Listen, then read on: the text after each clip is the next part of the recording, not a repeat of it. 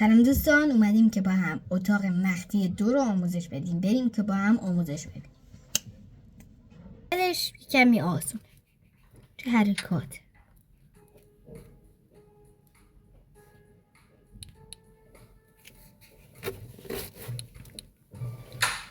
خب تا 3 تا مرحلهش خیلی ساده، ولی این مرحله می کمی پیچیده سخته.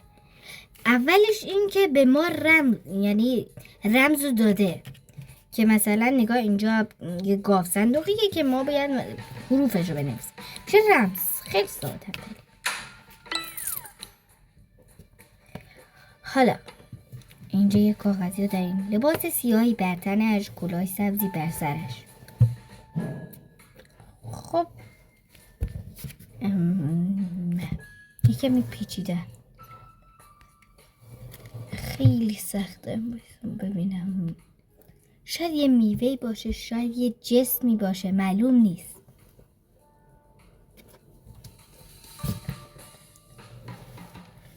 بکنم بودیم جان.